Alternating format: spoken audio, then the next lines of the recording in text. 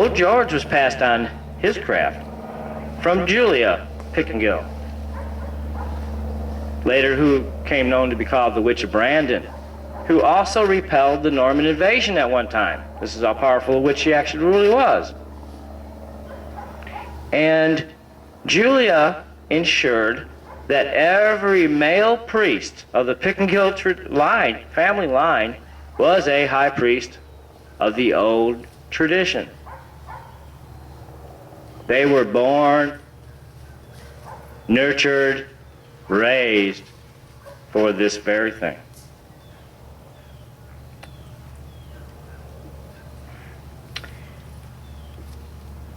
Julia Pickengill. Everybody hears about Old George.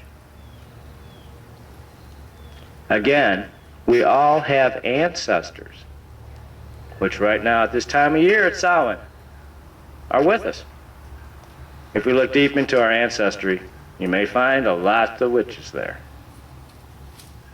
Because if you're Brotherhood now, most likely, chances are, you were Brotherhood before, or you're a descendant, or one of your ancestors definitely was. The covens of the shield, which I said again were hereditary. These weren't just witchcraft covens formed here in the modern time. They were hereditary. And let me add something to the word ancient. When ancient is used by real occultists, we are referring to something that has an old lineage by blood, a hereditary and generational background. The 9 covens of the shield, which were actually Brotherhood covens, by the way, were throughout this area of Norfolk, Essex, Hertfordshire, Sussex, and Hampshire. And over his entire life period, Pickengill had 9 covens in this location in England. These covens, again, fostered much craft tradition after that.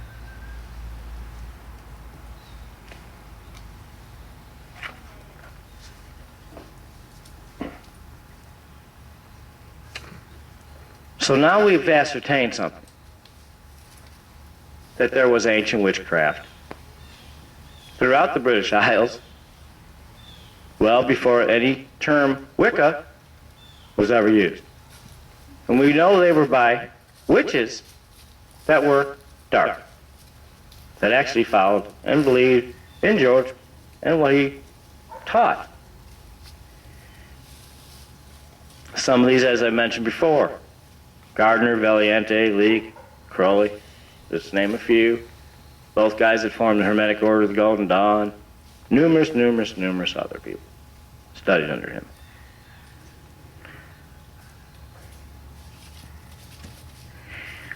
Modern Wicca was basically developed by a man named Gerald Gardner. And let me say something else. Even Gerald Gardner had lineage prior to that. He was a co-mason, a member of the Brotherhood, and he decided that he wanted to present something that was a nature religion to restore and refragment the craft of the wise, or the old religion as it was termed at that time. He was seeking to present something that was a little more presentable in the public eye, because really the notoriety old George had, at that time, there was a lot of negative persecution from some of that. Now, Gerald Gardner had one of George Pickengill's versions of the Book of Shadows from one of the hereditary Magisters, male and female, from one of the covens that he actually was initiated through himself, which was a Pickengill coven. His copy of the Book of Shadows and the copy that Aleister Crowley had were not the same. One, they were from 2 different covens, and both the Magisters of those covens added to the original Pickengill material. So We're trying to show something here.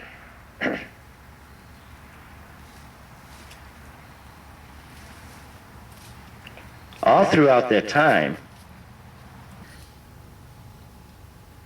there have really been Brotherhood Satanists that were witches. Even some of them that later called themselves Wiccans. In the old days, did call ourselves the Brotherhood.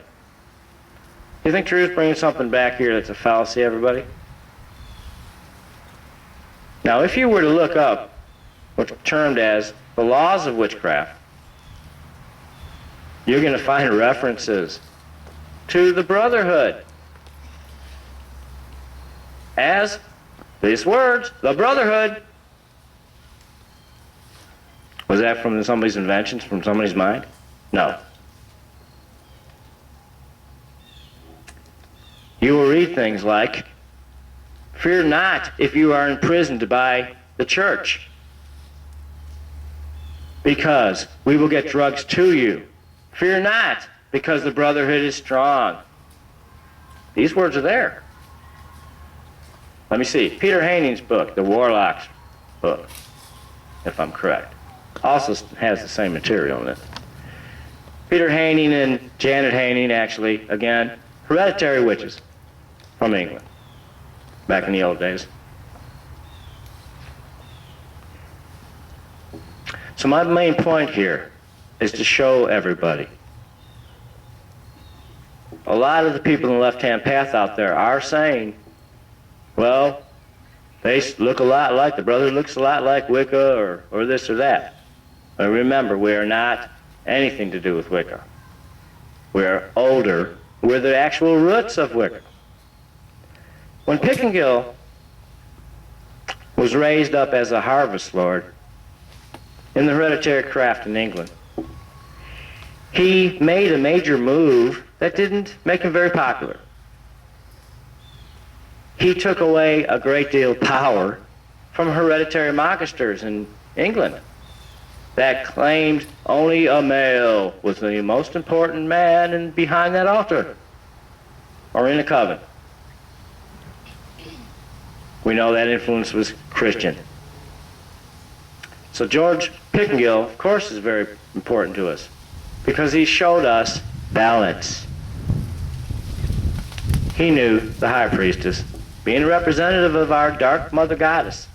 Yes, the Brotherhood recognizes her, not just Satan, was the most powerful generative force of nature.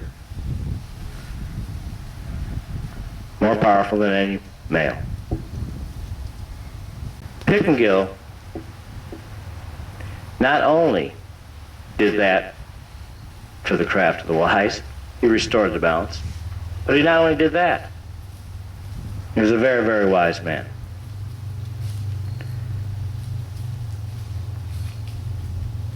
He advocated forward, openly, that the ancient horned god of paganism and of the heathens, as we were called, the heathens, those are the heath, that the horned god of witchcraft really was our god, Satan. He was called many names in these ancient cultures and throughout our history. But nonetheless, Pickengill did say straight up that he 100% believed that this ancient horned god of nature, we know Satan is what? God of this world, king of this world, king of this earth. Sure sounds like the same God to me. And it did to Pickengill too.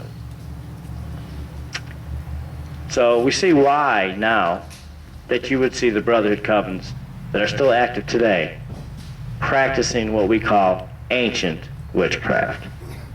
Thank you very much.